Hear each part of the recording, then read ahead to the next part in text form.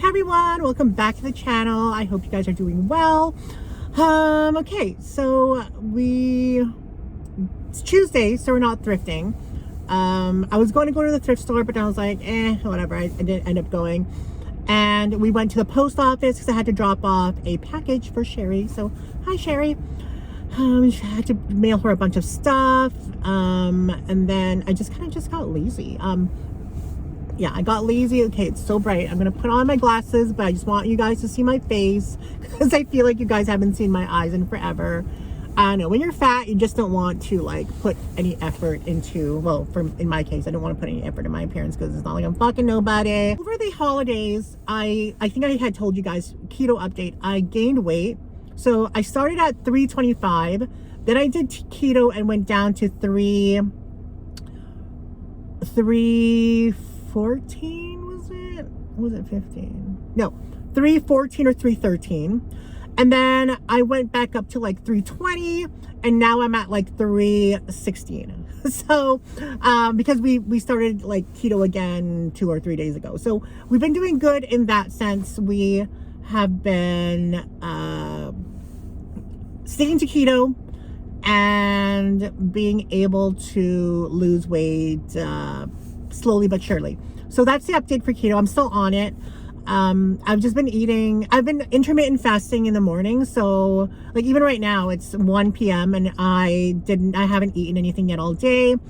I last ate, I think I had like a cookie, a sugar-free keto cookie at like 11 p.m. So it's been like 14 hours since I've last eaten. I'll probably won't eat until like 2 or 3 p.m. The meals I actually showed you a clip. I filmed a clip yesterday of the meal that I had yesterday. So I'll insert that clip over here. Okay guys, I want to show you what I'm eating today. This is going to be my second meal. My first meal was, what did I eat? Sorry, I'm trying to remember. I got home and I ate, some chicken and veggies. So it's just like cauliflower, carrots, mushrooms, bean sprouts, and some chicken breast. I ate that, and then this is just gonna be my second meal. I know it looks like a lot, but I'm a volume eater, guys. But cheese, pickles, sausage stick, then 2 sandwiches. This is a low carb keto bread. So I have a tuna sandwich and a cheeseburger. Oh, I forgot to also say that I filled the cheeseburger and the tuna sandwich with mixed greens. So arugula, spinach, I think there's cabbage in there too. So other than that, I feel like keto's, it's going okay. But like, I'll be honest, like the fatter I got again, the more like sickly I feel.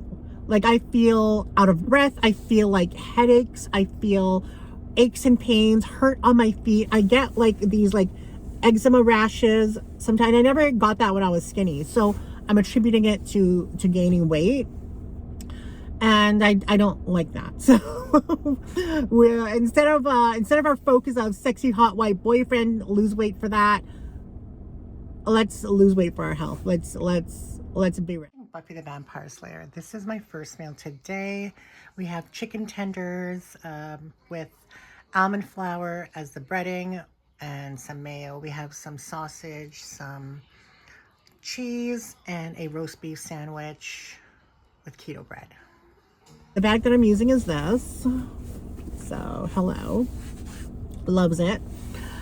And, when I'm on TikTok, like literally, I get caught up in a spiral. I watch like these like ghosts and horror things, like true life horror stories on TikTok, and I literally get scared out of my wits end. Ever since I was a kid, I've always been afraid of bathrooms because when you're showering, you close like the curtains and you don't know what's behind that curtain because you're showering. And then like there's a mirror, and mirrors have always scared me. I'm like I'm psychologically scarred from mirrors because when I was a kid, I watched a movie called, I think it was called Poltergeist 3, I think, where she's like, I was like, I don't know when that movie's released, in the 80s, early 90s, and I was a kid when I watched it. I was really young. And in a scene, there's a guy that's talking to his wife in the mirror, right? And then the wife leaves and the guy's still fixing himself up. Then he leaves, but his reflection is still in the mirror. And that like scared me. I'm getting chills right now.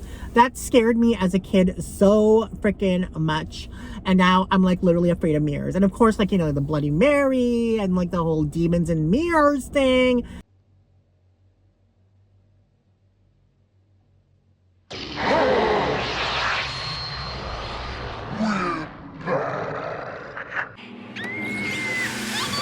I don't know, it's always like scared me. So for me, like the scariest place in the world is like a bathroom.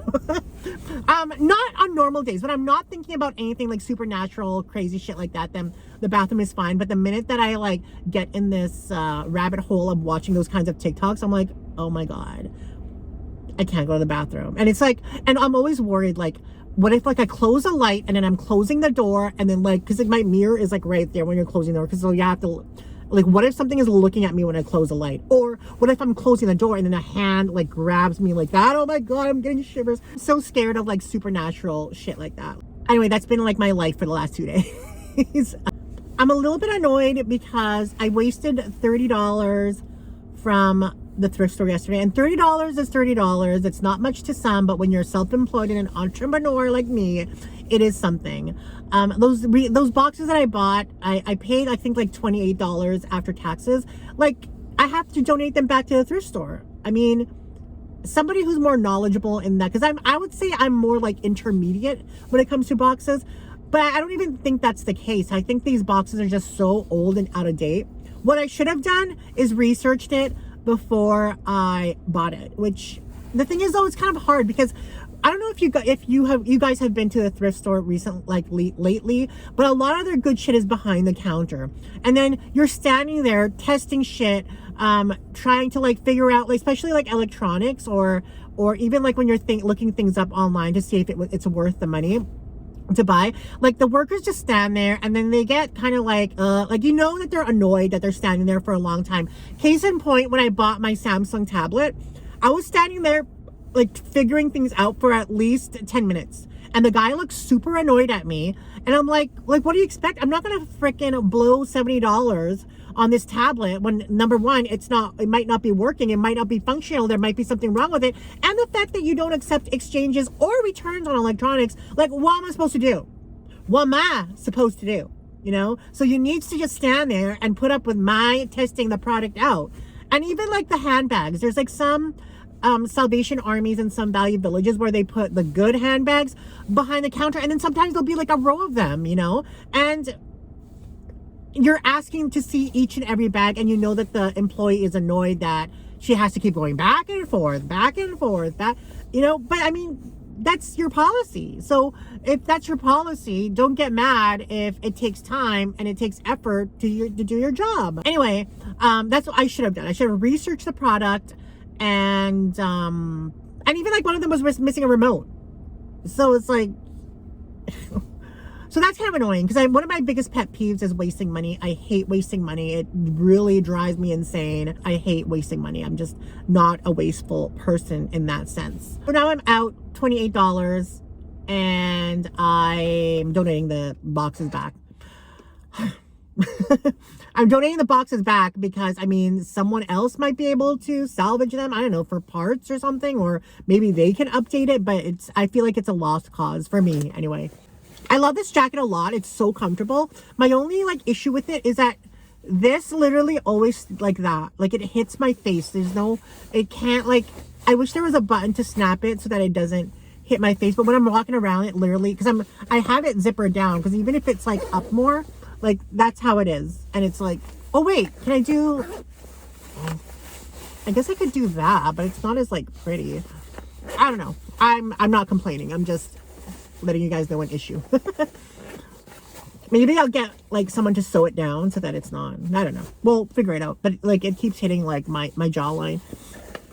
But again, I want to thank Donnie from the bottom of my heart, because I really appreciate you gifting this to me.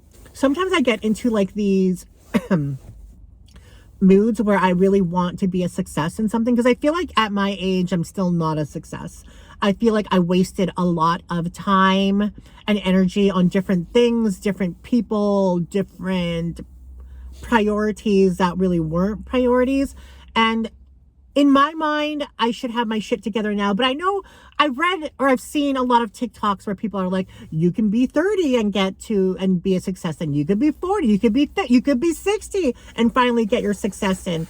But the more that I'm living life, the more that I'm realizing how life is just so freaking short. Like, you are just not, you don't have enough time to do everything that you want, and time is so precious and time is of the essence, and then you start to get into like a mood where it's like, why bother even trying, you know? Or you get in a mood where you're trying, but it's not progressing, and it can be very, I don't know, very taxing on you mentally, you know?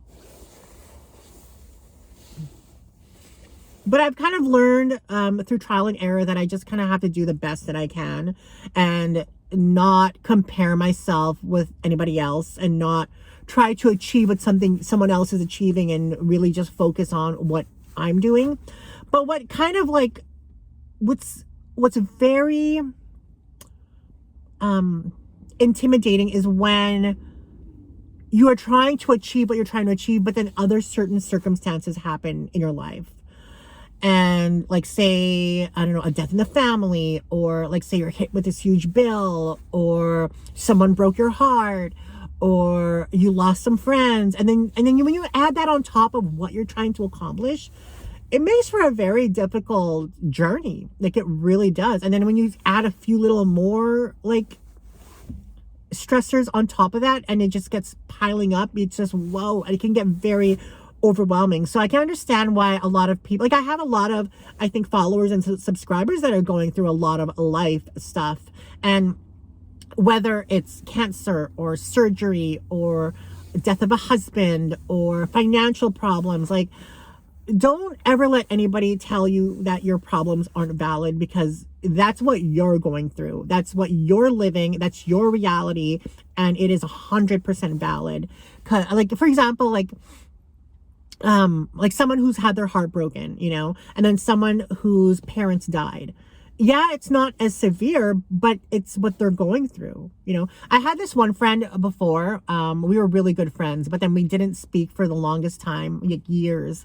And then I found out that her mother passed away, and I messaged her. I'm like, my condolences. I hope you're okay. If you need anything, please don't hesitate to let me know, and I'll do what I can. So then she called me, we started talking on the phone. And the thing is, like, around the same, like maybe about a month, no, maybe a few weeks or a month or a few weeks earlier, my best friend had passed away. So we started talking on the phone, our first time talking on the phone in years. And when we started talking, and she was like, you know, letting things out, I can't remember how I brought it up in conversation, but I said something like, my best friend passed away like 3 weeks ago too. And she's like, and then she like literally snapped at me. She's like, that's not the same. That was a friend. This is my mother, you know?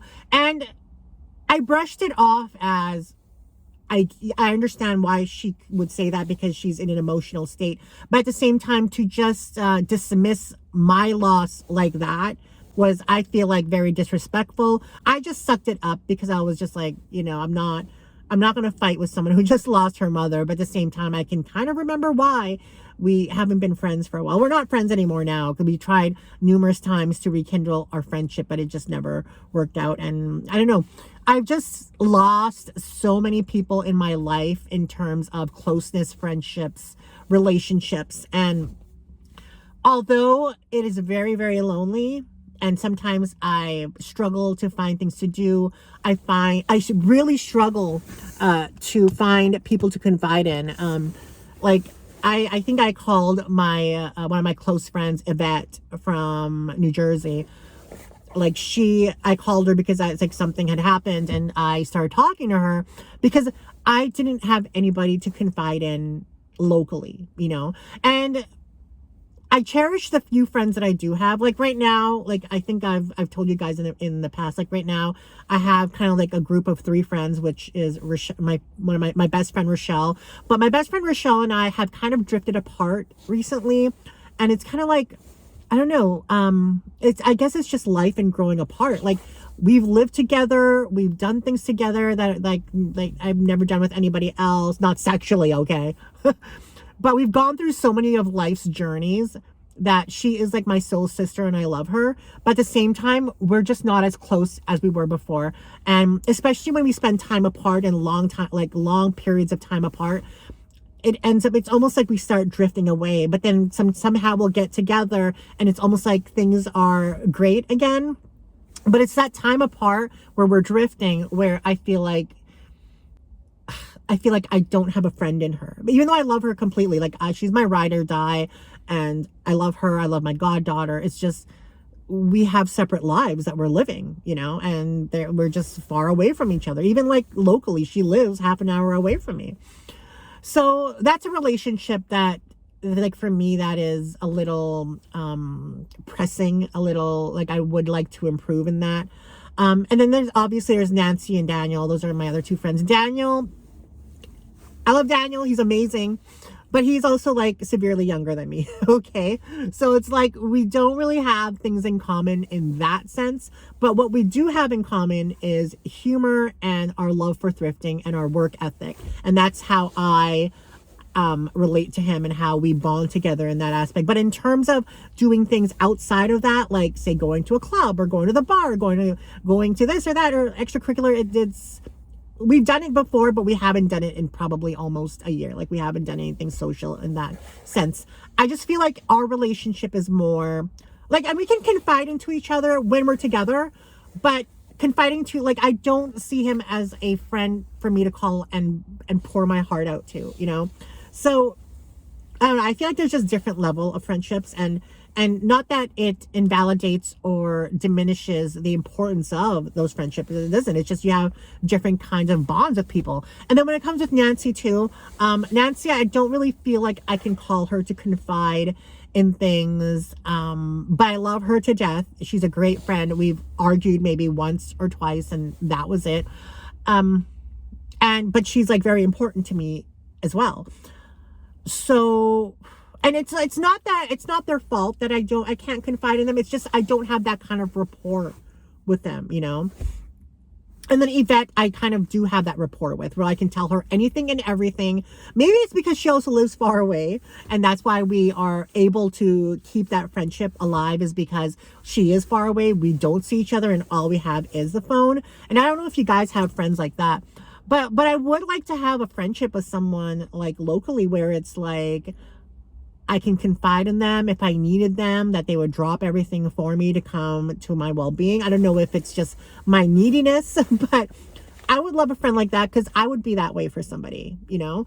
And I don't have that. And I think that's why for all these years and years and years, I've always focused on trying to find a boyfriend, trying to find like a partner, because your partner would do that for you. You know, if he's at work at a meeting and something tragic or severe or important happened to you, your partner should, you know, be there for you, be supportive, be empathetic, because they're your partner. But your friends and your family members, well, I feel like family members would too, but I guess some family members wouldn't.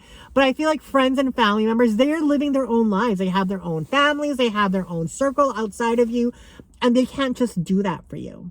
You know, and I think that's why I'm always like my mind is always, I want a boyfriend, I want a partner, I want someone who cares about me enough to be there for me. And when you don't have that, it's quite sad. It's quite sad, and it's quite scary. Anyway, I'm sorry if this video became just totally like random and and sad at the end. Anyway, but before I leave you guys, one thing that we can 100% count on for the rest of our life, for all time, daily, is ourselves. Because in the end, even if you have a partner, even if you have that ride or die, nobody's going to be there for you the way you're going to be there for you. So in terms of like self-care, in terms of health, in terms of everything, emotional, psychological, physical, like we need to be on top of that, because nobody got our back the way we got our back, and we got to have our back, because if we don't, who's gonna? You know? Hope you enjoyed this video. It was just a talking video for you. Don't forget to remain positive, productive, and progressive. Keep manifesting those dreams, because they will come true. And I'll see you guys in the next video. Mwah! I love you. Bye.